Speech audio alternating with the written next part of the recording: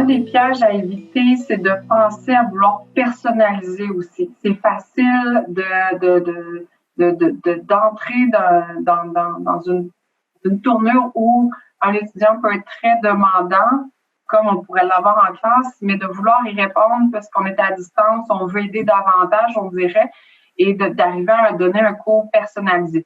Ça vient lourd, ça vient difficile, alors on essaie d'éviter ça.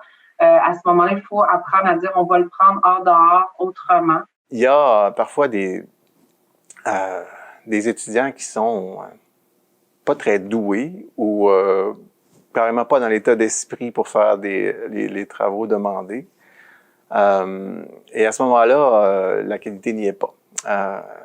Dans ce temps-là, ce qu'il faut faire, moi, j'essaie de me méfier d'y aller uniquement dans le négatif parce que à ce moment-là, je perds, moi, comme chargé d'encadrement, la première chose que je veux faire avec l'étudiant, je n'ai pas parlé, bon, je l'ai évoqué tout à l'heure, mais il y a un premier contact à faire avec l'étudiant. Il faut développer une relation.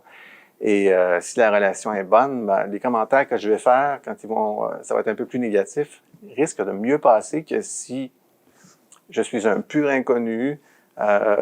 Ils savent absolument pas qui je suis, puis je suis là juste pour me normer.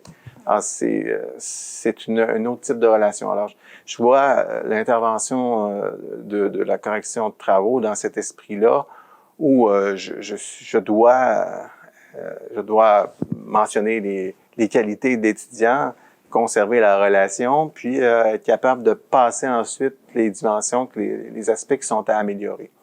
Alors, c'est sûr il peut y avoir un danger quand un étudiant a énormément de choses à améliorer. Il faut vraiment, c'est une question de dosage en fait. Il faut vraiment y aller subtilement puis être capable de.